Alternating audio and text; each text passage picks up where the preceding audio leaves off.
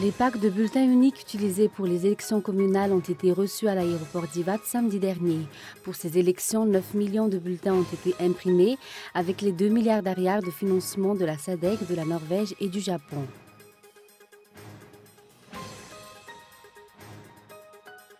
Le verdict sur la question du licenciement des 4 délégués du personnel de la compagnie Air Madagascar est reporté à demain. La rencontre entre les membres du nouveau conseil d'administration et les employés d'Air Madagascar, qui devait avoir lieu ce jour, a également été reportée.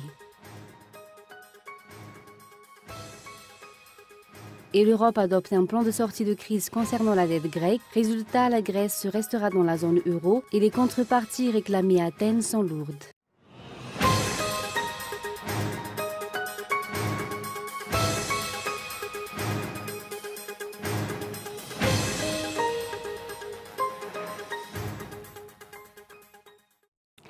Bonsoir à tous et bienvenue dans ce journal sur Cool TV. Commençons avec la page politique.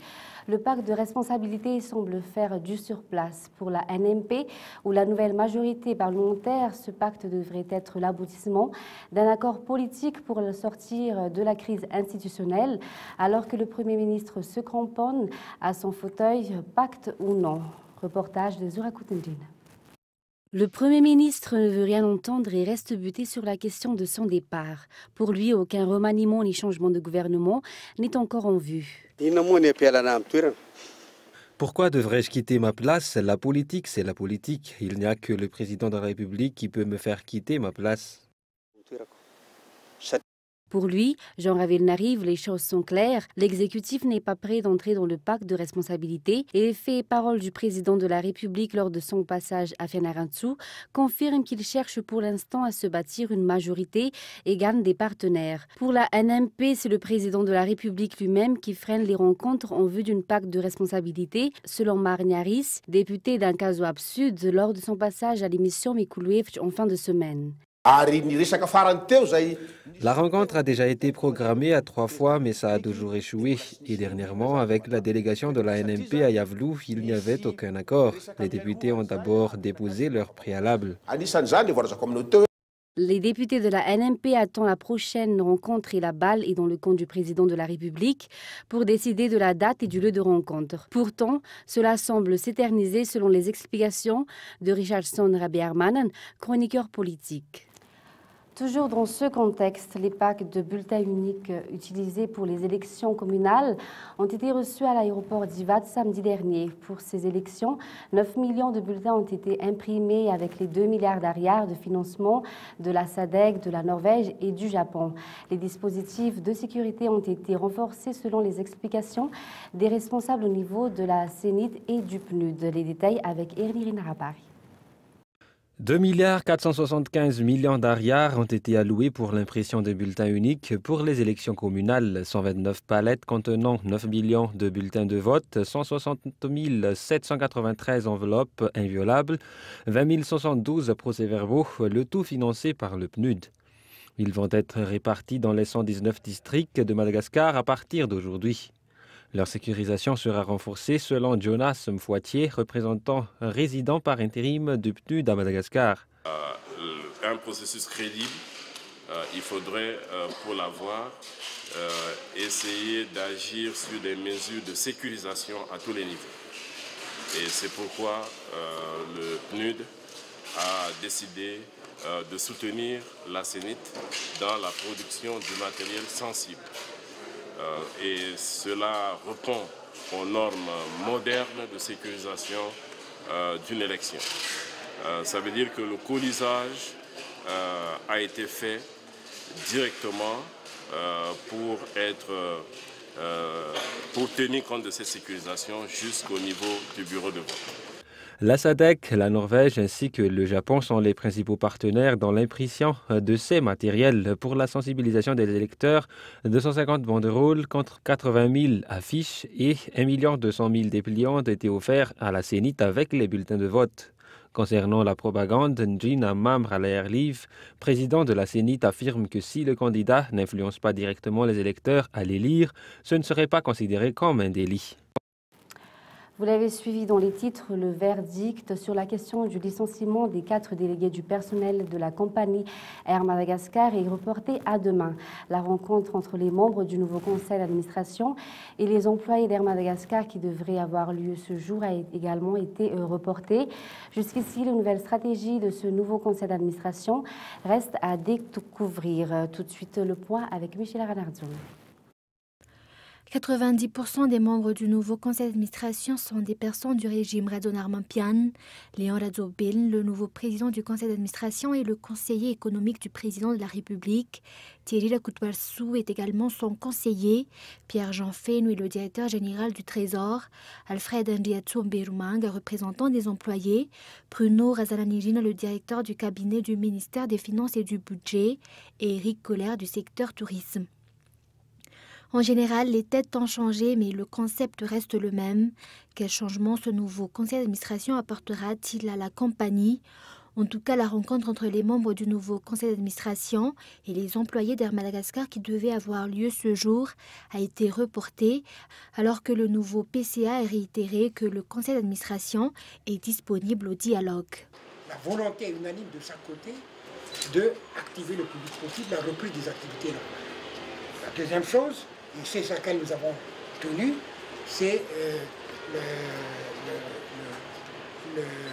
la volonté de dialogue de chaque côté. Quelles seront les mesures de redressement qui fera l'audit? Quand commencera-t-il? L'affaire Hermad est loin de s'achever. L'appel d'offres sur la place de directeur général devait sortir le samedi dernier. Jusqu'ici, aucune information ne filtre à ce sujet. Le verdict sur la question de licenciement des 4 délégués du personnel de la compagnie Air Madagascar, prévu ce jour, est également reporté demain. Jusqu'ici, la manifestation des employés se poursuit. Les vols à Ivat sont encore perturbés et la compagnie ne cesse d'accumuler des pertes.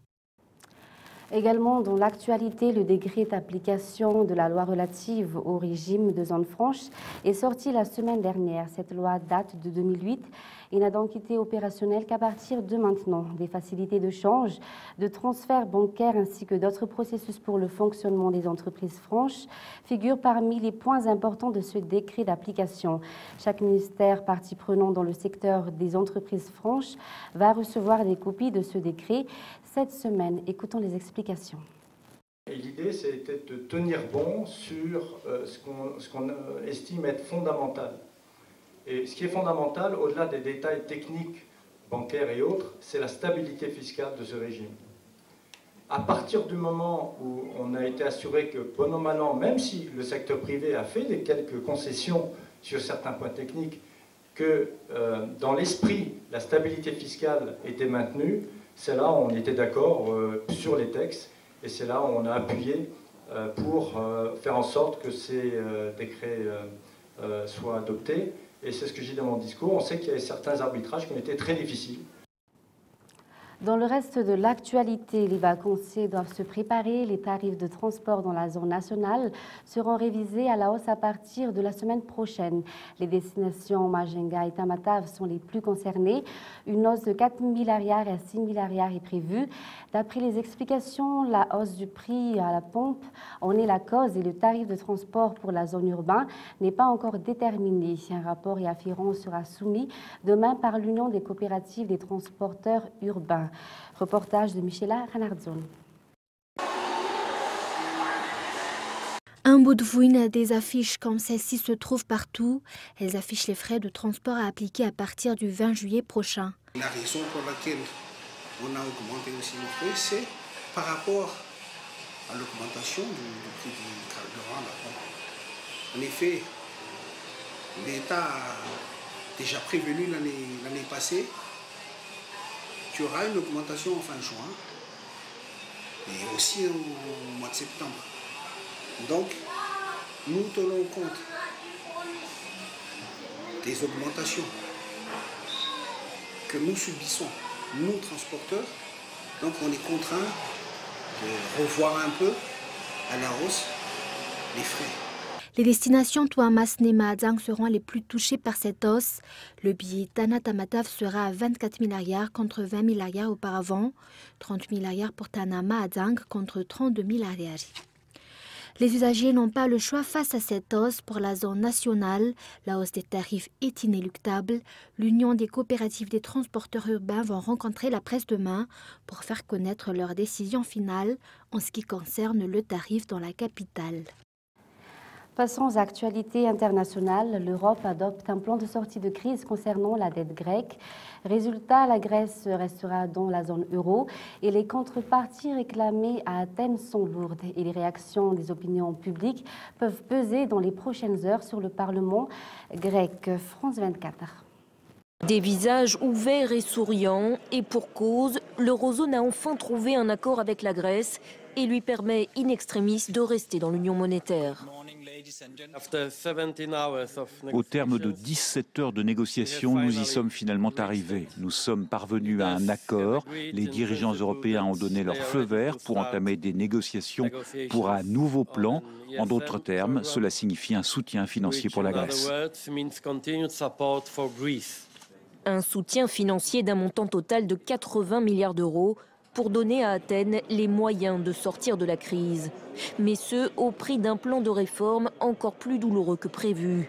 Alexis Tsipras, qui a fait de la fin de l'austérité son cheval de bataille, va maintenant devoir convaincre la population et le Parlement grec. Les mesures comprises dans cet accord, qui ont été votées par le Parlement, vont inévitablement créer de la récession. Mais j'ai le sentiment, la conviction et l'espoir que le programme de croissance de 35 milliards d'euros auquel nous sommes parvenus, la restructuration de la dette, notre financement à moyen terme vont rassurer les marchés et que les investisseurs vont comprendre que le Grexit, c'est du passé. L'accord avec la Grèce est une satisfaction pour la France et l'Allemagne qui se sont beaucoup investis dans ces négociations. Berlin, qui demandait initialement une sortie temporaire d'Athènes de la zone euro, attend tout de même que les réformes grecques soient mises en œuvre avant de crier victoire. Je pense que la Grèce sera capable de revenir sur le chemin de la croissance, mais ce chemin sera long. Et d'après ce que j'ai vu des négociations d'hier soir, il sera difficile. Plusieurs parlements nationaux, parmi lesquels ceux de la France et de l'Allemagne, doivent maintenant se prononcer sur cet accord d'ici la fin de semaine. Et puis, nouvelle tentative de trêve armée en Colombie entre gouvernement et forces armées révolutionnaires conclue hier. C'est une première fois depuis l'ouverture de pourparlers de paix fin 2012. Les détails avec France 24. De l'armée colombienne, fin mai, les FARC avaient sans surprise suspendu leur trêve instaurée en décembre dernier. Mais près de 2 mois après ce regain de violence, la guérilla et le gouvernement colombien semblent trouver un terrain d'entente. Pour la première fois depuis l'ouverture des pourparlers de paix il y a 2 ans et demi à Cuba, un cessez-le-feu bilatéral est sur la table. Le gouvernement national, à partir du 20 juillet, lancera un processus de désescalade des actions militaires en réponse à la suspension des actions offensives des FARC. Jusqu'à maintenant, seuls les FARC avaient instauré des cessez-le-feu, mais le gouvernement colombien, lui, refusait de faire de même, de peur que la rébellion en sorte renforcée. Aujourd'hui, il semble donc lâcher du lest et miser sur une désescalade du conflit. Nous allons être vigilants sur l'accord trouvé aujourd'hui. Et dans 4 mois, 4 mois à partir de maintenant, si les FARC tiennent leur engagement, je déciderai de continuer ou pas ce processus. C'est une relance forte du processus de dialogue, une relance encourageante et pleine d'espoir. L'espoir, les Colombiens n'en avaient plus beaucoup après le regain de tension ces derniers mois. Aujourd'hui, ce cessez-le-feu bilatéral pourrait résoudre ce conflit qui a fait en un demi-siècle au moins 220 000 morts et plus de 5 millions de déplacés, selon les chiffres officiels.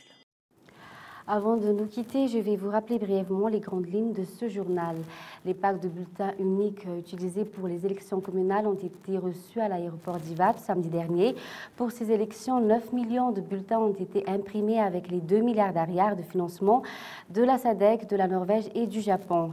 Et le verdict sur la question du licenciement des 4 délégués du personnel de la compagnie Air Madagascar est reporté à demain. La rencontre entre les membres du nouveau conseil d'administration migration et les emplois d'Air Madagascar qui devraient avoir lieu ce jour a également été reporté. Et puis enfin, l'Europe adopte un plan de sortie de crise concernant la dette grecque. Résultat, la Grèce reste dans la zone euro et les contreparties réclamées à Athènes sont assez lourdes. Et c'est ainsi que s'achève ce journal.